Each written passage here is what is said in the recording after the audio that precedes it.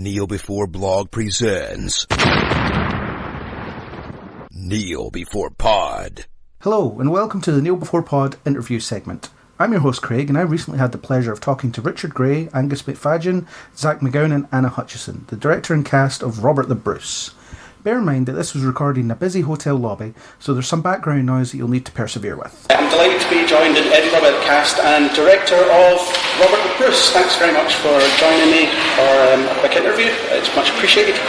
How are you finding Edinburgh? We love it. Yeah, you guys were such wonderful hosts when we shot some of the film here last year. And someone said that there was no summer in Scotland, but that's not true. It's beautiful. It's been stunning. Sometimes it's gorgeous. you get a couple of hours every few days where it's kind of sunny and then it rains 10 minutes later. It's really, It's my first time here, and so far it's been beautiful. It's gorgeous and beautiful. I mean, just unbelievable. It's great. I love the cast.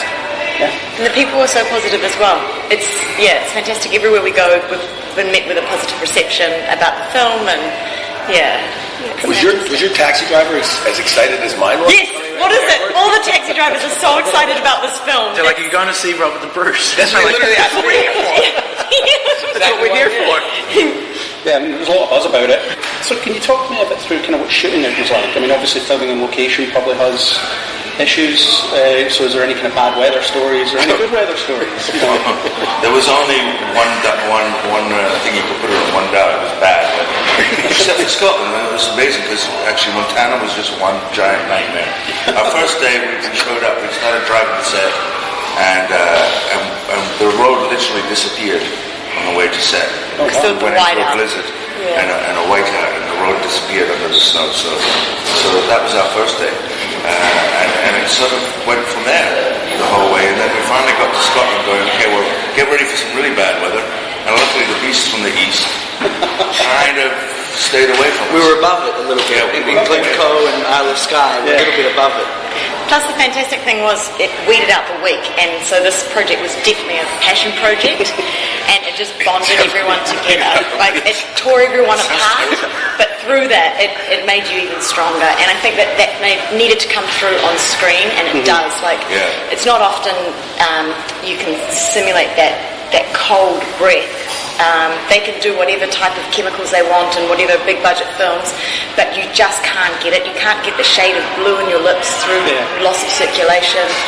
So, but apart from that, and it makes have rooms to go to with actual heating. But sometimes, but you're like you're saying. I mean, sometimes those elements are the things that actually become very important in a movie and in just like doing it, and it makes it. I don't know. It's like that. I mean, that's why a film shot on location is always different than a film shot in the studio. I mean, it's just the nature of it. 100% of this film was shot on location, and even when we were interior, we were exterior because these were real buildings with no windows.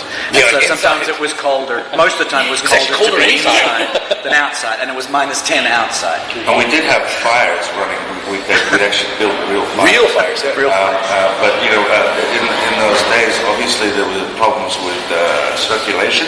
So most of the smoke stayed at about head level, which meant that you were breathing in about the equivalent of 40 to 60 cigarettes a day. So everybody got these hacking coughs, dry heaving, vomiting, and going wrong. We all lost our voices and our minds. But I think it really serves the performances.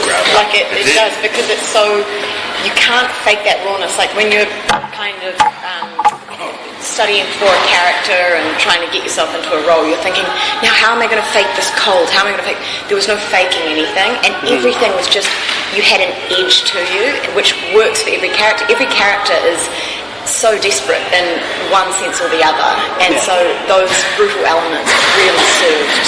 And it wasn't easy for Rob Bruce back then, or the families living on the farm in the winter in the Highlands, and I think the film does a great representation of that, made true because those are the conditions we were in. And I think you can see it in the people's eyes. It wasn't like I remember like when I read the script and I was trying to understand. I was like, well, why can't Brandon just go out there? If he thinks he's there, why doesn't he go out there? But then, like, he showed up on set and like just to get like 4 horses 100 meters in the snow was so difficult that I was like, oh my god, if this was like 20 or 30 mile trek in this conditions. You wait for spring. You wait for something. We'll kill him in the spring.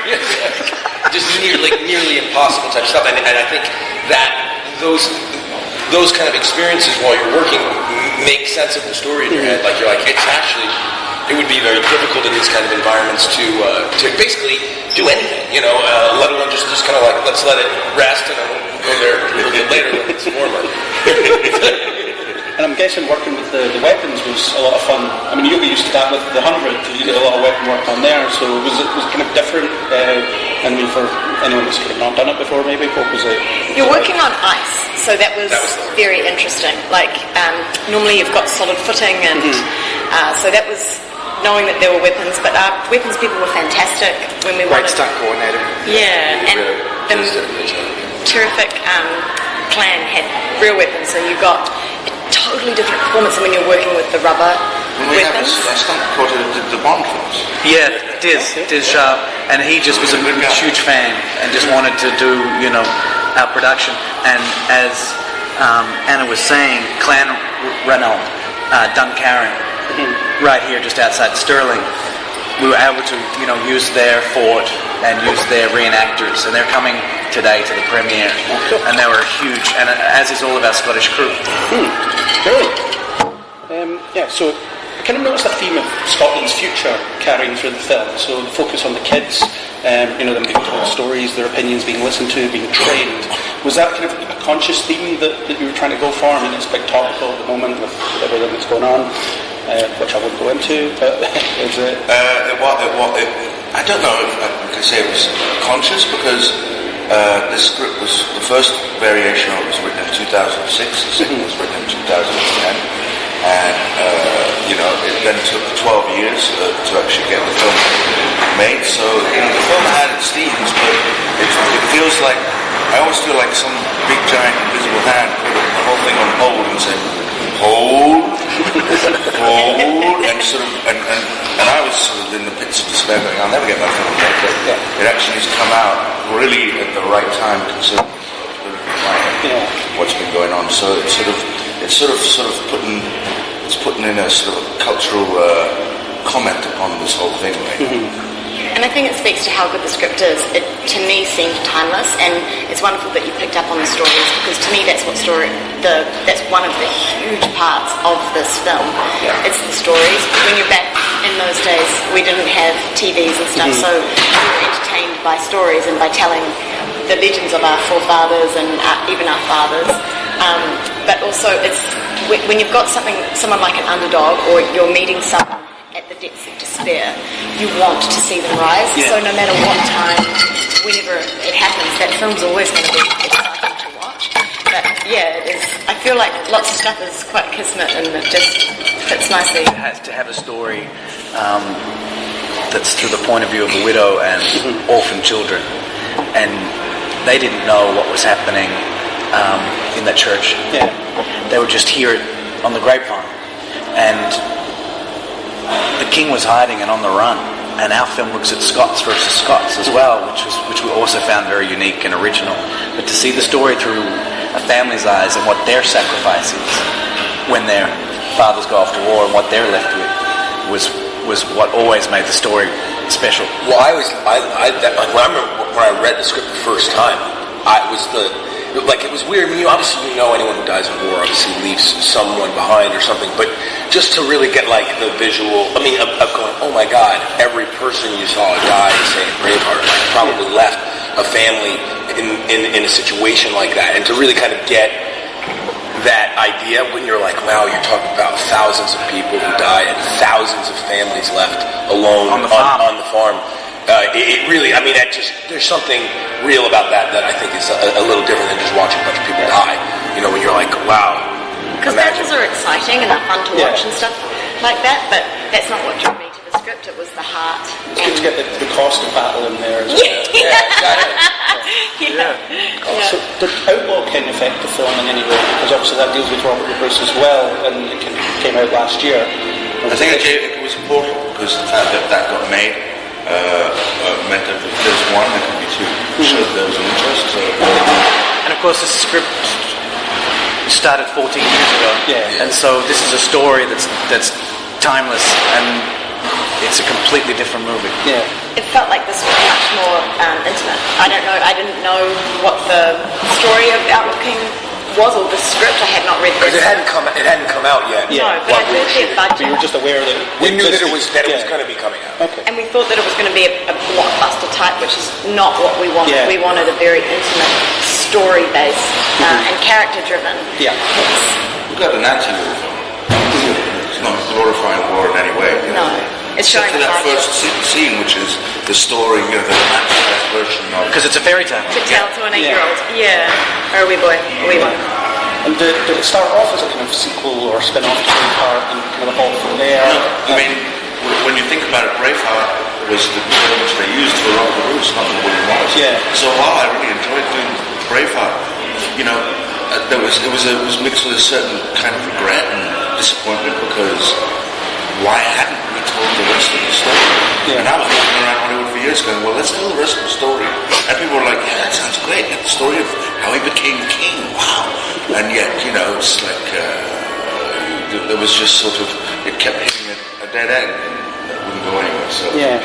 But like just continuation of history, really. that's what I say. It Didn't just picks up start on with history. William Wallace. No, and so then when you leave Braveheart, it just is purely historical. That is where our film picks up. But And it's in no way a blessed. sequel in No, any it's- sense. No. It's just these historical characters and a look at the inside of a family.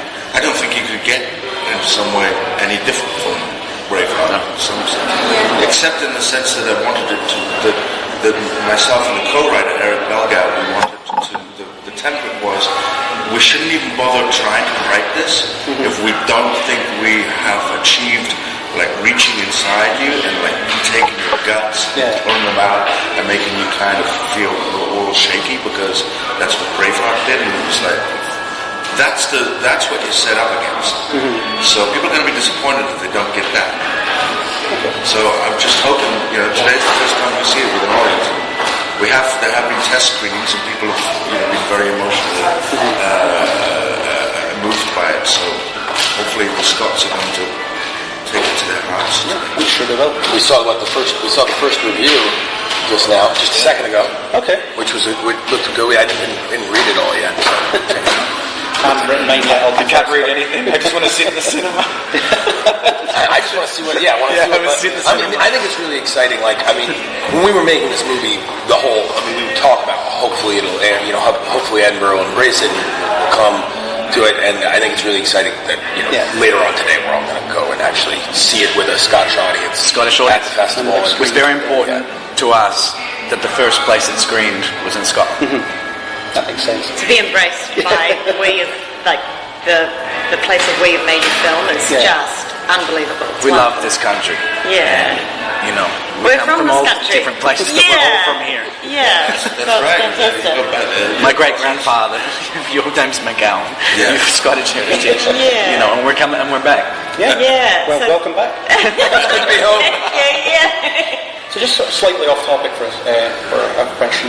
Anna, you played a Power Ranger, and I was a huge Power Rangers fan back in the day. So Oh, good man. I just wanted to hear you talk about kind of a bit about what that was like, what it was like stepping into that franchise, and Yellow Ranger. best memories Yellow of Ranger. It's the best. It's the most incredible training for stunt work, and just being on set every single day and go because you can take that anywhere. So then even the stunts that we do in films like this, in any ones, you can pull on what you've learned as a ranger. Plus it gives you the most wonderful fan base. So It does. yeah, it's fantastic. One of the more polite fan bases. Oh, they're the best. Yeah. So they're super respectful and very, like if someone's watched Power Rangers, they've watched every single episode and they can tell you every single word that you've said, and you're like, shivers, I can't even remember. Yeah. Zach, you've been on a couple of my favourite shows, Agents of S.H.I.E.L.D. and The 100. So obviously they're very different to each other and different to this film. So, what are your kind of best memories of that, really, those shows? I mean, I don't know. I mean, I actually shot an episode of Agents of S.H.I.E.L.D. in the middle of shooting this movie. Yeah. I mean, you'll see there's a weird episode of Agents of S.H.I.E.L.D. where Anton just has like a long beard and it's I literally was just in the middle of shooting this. I like went back to LA. What did you tell them? And they were like, "You have to cut your hair." I was like, "I can't. I'm in the middle of shooting a movie." We were in the middle of a fight scene. Yeah, I was like, in the middle of the final battle. Yeah, I would have like showed up with like no beard. Yeah, so I mean that's that show. I mean, Agents of S.H.I.E.L.D. is a great show and a fun show to work on. But that's like a very tech and effects heavy show. And then the Hundred's like a very like quick, fast paced TV. And then like this is a little indie, and those are like three completely different worlds. Like it's like on Agents of S.H.I.E.L.D. There's so much going on with the vis effects and all the different elements. It's sometimes like as an actor, it's like refreshing to work on indies because you're just doing like the more kind of grounded element of the craft, and things are. I mean, it's weird to say, but like pretending to be a Scot in the 1300s is actually like a little like more grounded than pretending to be in a post-apocalyptic world or pretending to be like a Russian robot that's killing superheroes. Like, you know what I mean? It's like, so those things are all different. And I don't know. I mean, memories, all memories. I mean, I love acting, so I just have memories about everything. I think on Agents of S.H.I.E.L.D., probably my favorite memory is straightening my own tie and saying that I look fantastic to myself. Yeah. That's a cool scene to do. Always want to do that. I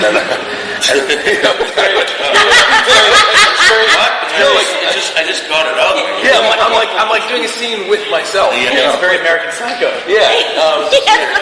And I guess on the 100, I know my favorite element of that. So I've been just friends with Bob's for years. So like every time I just got to like fight with Bob a little bit was always fun. Like we just used to be like, like trying to one up each other and whatnot. Yeah. So. Well, that's my nerdy diversion. So back to this film, the sort of symbolism of the spider.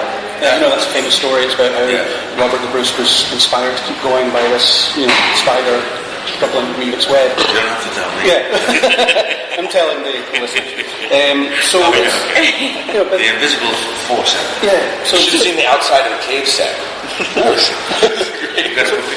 The interesting thing about it is it doesn't sort of directly inspire it to keep going. That kind of comes later. So is there, is something you were trying to do to kind of change it a little bit and make it slightly different? Because first it's the story, the myth which many of us had told to us by our fathers, kids, and but that aside, I was just very intrigued by the concept of a guy who goes into a cave to die, and in the cave something else happens, and the spider, of course, in modern psychology, is the symbol of schizophrenia. So I was like, well, it's kind of weird that he gets all this hope from the spider, and it's talking the spider, and that's kind of weird, and that's kind of schizophrenic. So instead of dying in that cave, he started going mad. And if there's anything more frightening than death, it's probably madness and having voices in your head. So that's what drove him from the cave, was he wasn't allowed to die. The force of destiny drove him from it and on towards the history that we've all come to know now. And I promised I would ask about the accents. So what kind of went into cultivating the accent? Obviously no one knew how anybody talked back then. So what went in? What was that process? I have been working on my Scottish accent since I believe 1994. I watched Braveheart in the theater at midnight on his first showing while I was 14 years old with a bunch of friends drinking beer in the audience. Naughty! And I think since that day, I have been working on it. I'm very happy to have gotten a chance Mel to use Gibson it. as inspiration. No, just the whole. Poor guy, you've been hard on him. No, using all of them, and I mean, I was lucky enough. We had a load of Scots on set, so that I think was really helpful to be able to run things by, including Shoris Wallace, who basically, I was always like, he's got the thickest Scottish accent I've ever heard. So it was interesting to be able to kind of use that. And Anna, you took it incredibly seriously. I took the whole thing very serious. I had the kids in my hotel room and we'd watch documentaries or we'd watch films at night in the Scottish accent. So that's what we'd do at the very, very start, and we'd all speak Scottish the whole entire time. So, and then I worked with an accent coach, and my uncle's from Scotland, so I'd just call him up and ask him and speak to him. But it's actually around a lot. Like my family's from Scotland, so I've heard it all my life, and this was actually a dream role. So Speaking as a Scot, you all did a great job. So. Oh, thank you. I knew I liked you. Okay, so the final question, I kind of teased at the start. Just each of you, what superpower would you have and why? So we'll start with you, Angus. The superpower not to have to answer that question. No, you have to. I can't think of one. There's so many cool things you could Probably do. being invisible for all kinds of very perverse reasons. Just so that I could sort of go around and listen to what people talk about when you're not there.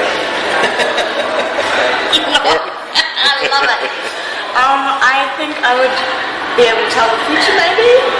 At the moment, I'm just very interested to see what happens here and stuff like that. So, I would like a superpower to be able to do what she's doing. No, I don't have this power.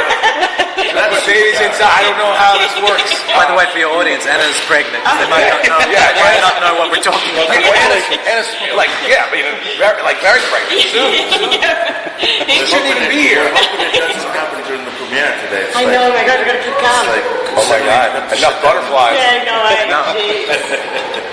Son of Scotland. I think there's an X-Men has this power, and you would be able to tell me probably, but who's the one that can heal people?